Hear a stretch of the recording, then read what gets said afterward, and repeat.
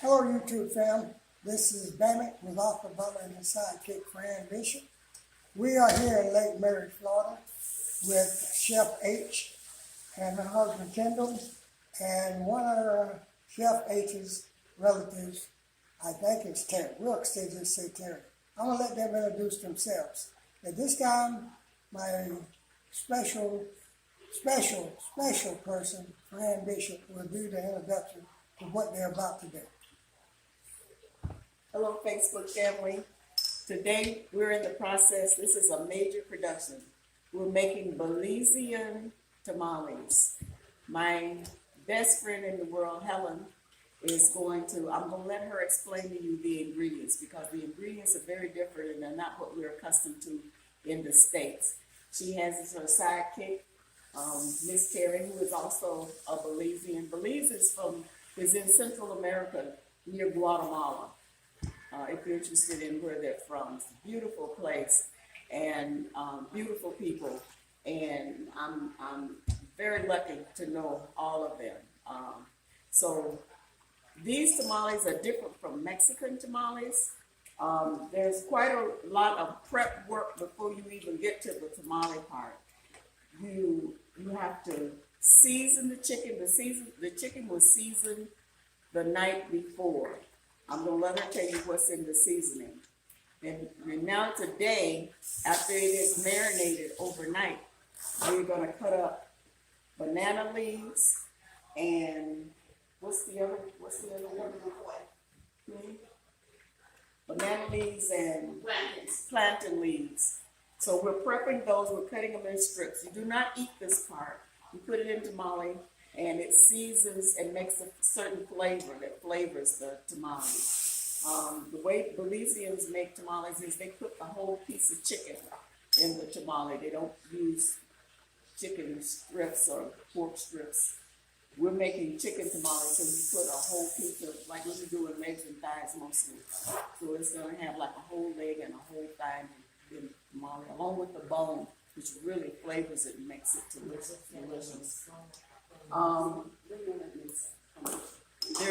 There's a number of steps for the chicken. The night before you marinate it, the next morning you brown the chicken. It doesn't necessarily have to be cooked through because she's also going to stew the chicken before we put them in the tamales. I'm going to go ahead and introduce my best friend, Helen, who is a Belizean and knows how to make them from scratch. So this is Helen. I'm going to let her walk you through the process of what actually needs to take place along with the seasoning that she used to marinate. Hi, so my name is Helen Perry. I'm actually called Chef H. And as Francis said, we're making Belizean tamales. And it really is a process. The night before, I season the chicken, and this is what the chicken looks like. I use Lawry's seasoned salt, Creole seasoning, and black pepper. These are seasonings that everybody has in their pantry already.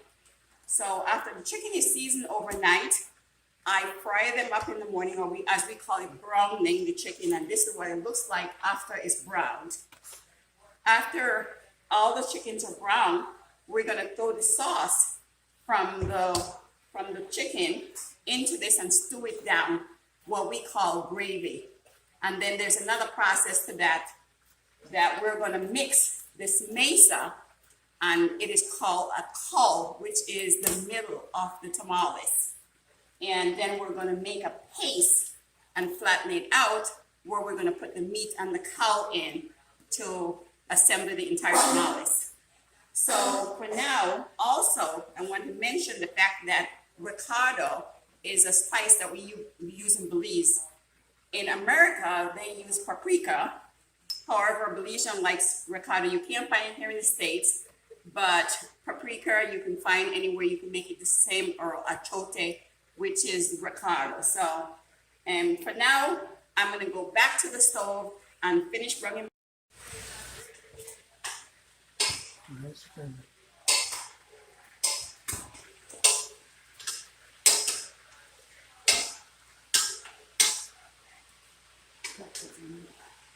It's gonna be pretty long. Go ahead. Okay, this is what the brown chicken looks like. We, after the chicken has marinated overnight, the next day you put oil in a pan and you just want to brown the chicken. It doesn't have to be done because it needs to be processed even more after it has been browned. This is just the process where you brown the chicken to give it flavor. And also it flavors, it's been seasoned already, and that seasons the oil. And the oil is going to make the gravy and the caul that she's going to use that will be inside of the tamale. The brown chicken, we're just browning it right now. We go through that process. We just pile it up for right now and let it sit for until we get the other steps done. Until we get to the part where we're going to stew the chicken. We're going to put this, we will videotape that when we get to that section. Like I said, there's a bunch of major sections before you get to the point where you actually are putting the tamales together. Terry is over here. She has already cut up the strips that we're going to use inside of the tamale. Like I said before, you don't need this part. This is basically to season it. Some people wrap the tamale inside of these. We're just gonna put it in to flavor the tamale, and then we're gonna wrap the tamale in foil before we steam it.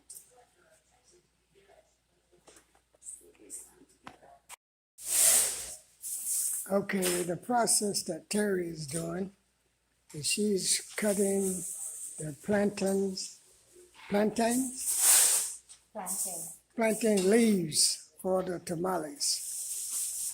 This is a shot of some of the chicken that's already prepared and ready. And I guess there's a trimming process. Is there a trimming process to this, Terry? You have to trim the leaves? Trim the edges.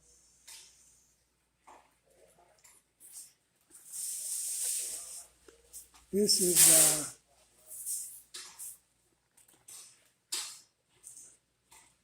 Terry. She's always also from Belize. And down here on this end, we have Fran that is, what are you doing, Fran? Once we get everything prepared, the chicken is ready, the caul is ready. You're gonna put the leaf inside the tin foil. You're gonna wrap it tightly. We'll show you that on the video how it's going to be wrapped. You'll wrap it tightly and then you'll put it in the steamer and steam it. That chicken is gonna have to be stewed before we get ready to put it inside here. Many steps. But this is the foil that's going to go on the outside. Many steps. And Chef H is back here doing her thing. I have to let her tell you what she's doing. I'm doing is peeling garlic. Okay, she's peeling the garlic. Cutting up onions, that's it. Okay. And you see that they have a bunch of stuff to prepare and to get ready. And a beautiful kitchen here at Chef H. And my good friend Kendall have ran to the other room.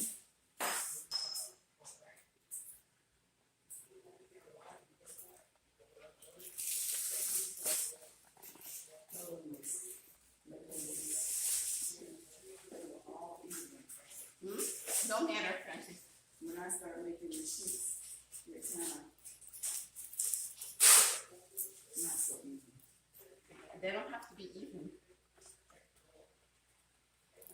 We just want them close to the size or a little bit bigger, a little bit smaller, that's fine. Sometimes we have to use two leaves, two foil, it doesn't matter.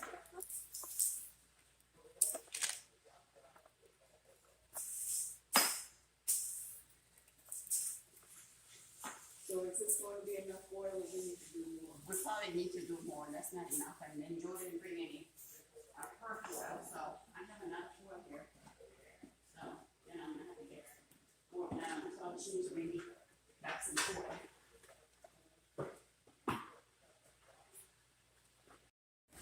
do. Okay, Helen is going to make the coal. She's using, this is, masa. You can get this in pretty much any grocery store. They sell it at Walmart. But this is the masa flour that you make the coal with. She's got 4 cups of masa in here, and she's gonna do approximately four, because it's just like making biscuits. It depends on the weather. If it's very humid, you may not need as much moisture. If it's very dry, you may need more. So this is Ricardo water. Ricardo. She's got Ricardo in here that she talked about earlier that you get from Belize. This was brought to her back from Belize. And she mixed the Ricardo with the water. And now she's mixing the water, the Ricardo. She's straining it through a strainer. She's gonna mix the Ricardo and the masa together with her hands. She's stirring it up. Over here, we have the, what do you call this, Helen? The finished product. This is what it's gonna look like when it gets done. It's you have to cook it, and so she's got it on the stove with some of the gravy from where we fried the chicken. She's got that in here.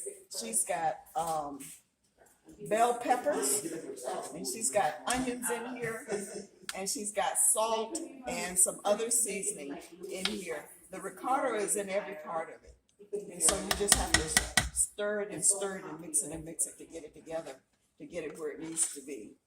So I'm moving back over. I don't want to make you dizzy.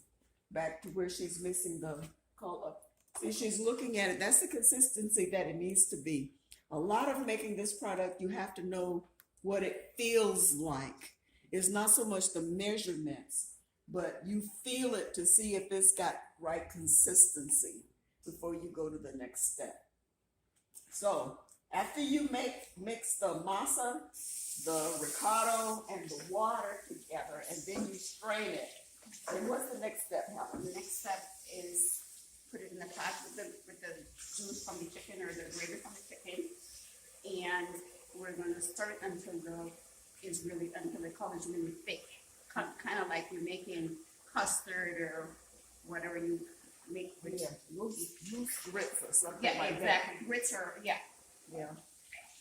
So we're making, how many tamales are we making? We're supposed to be making 100 tamales. We're making a lot of tamales. We're making 100 tamales.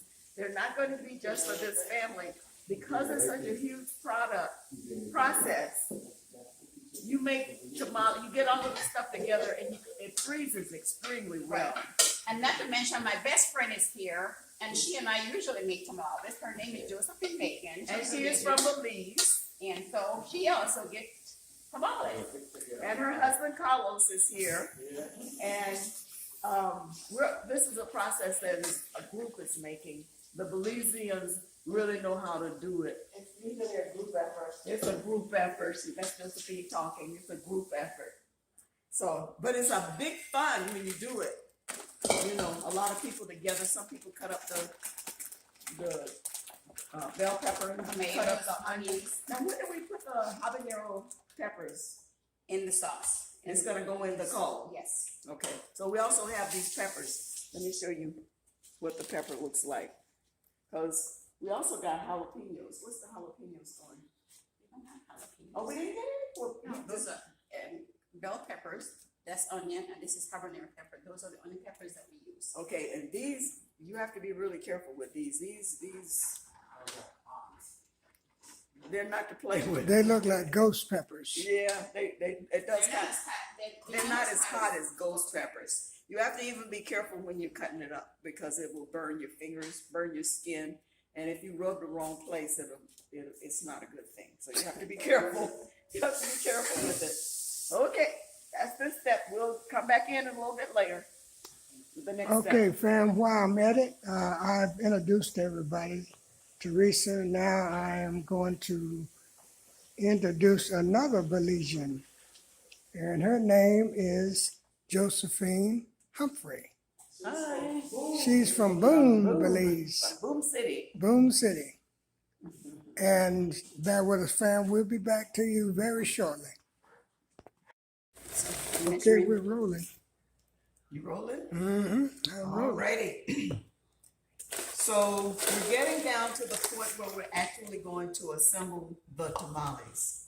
The part that she's doing now is the outer portion, the shell of the tamales. She's putting in a pound of the masa in this bowl.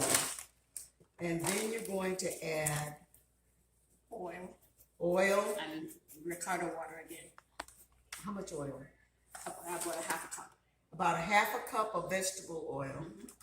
And then we're gonna do more Ricardo water to go inside the shell. So when you eat a tamale, on the outside, you have this cornmeal-like shell that is there. And then inside there, she's going to put the caul. And then on top of that, she's going to put the chicken. And then you put it inside the tin foil. The tin foil is going to be on the bottom. And then you add a piece of the leaf of either banana leaf or either a plantain leaf. You put a small, and that's just for flavoring.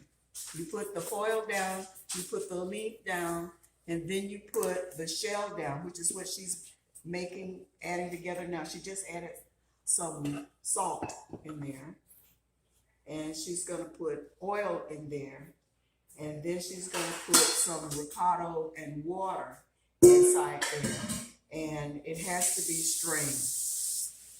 Before this process, we took the leaves, the banana leaves and the plantain leaves, we washed them thoroughly to make sure they were clean, and then she boiled them for about, how long did you boil the leaves? For about an hour. For about an hour she boiled them.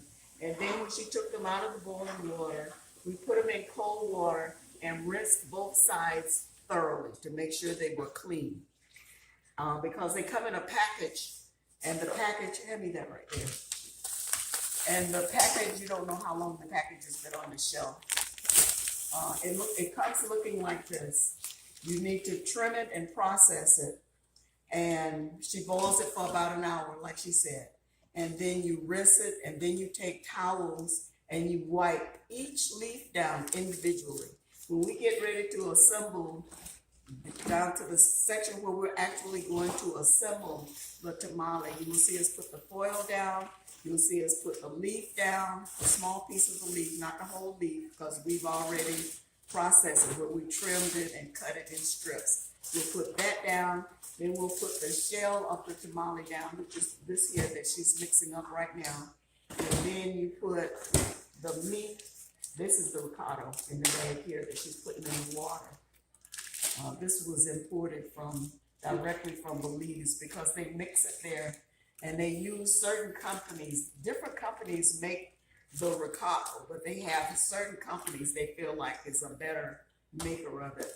And so she's putting the Ricardo that comes in these little bags in the water, and she's mixing it. And then she has to strain it into the mixture.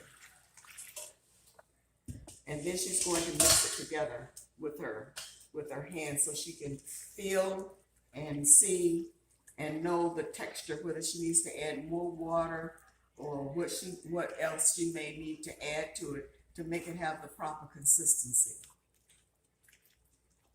So what you're doing now is you're watching her mix it together like in a dough.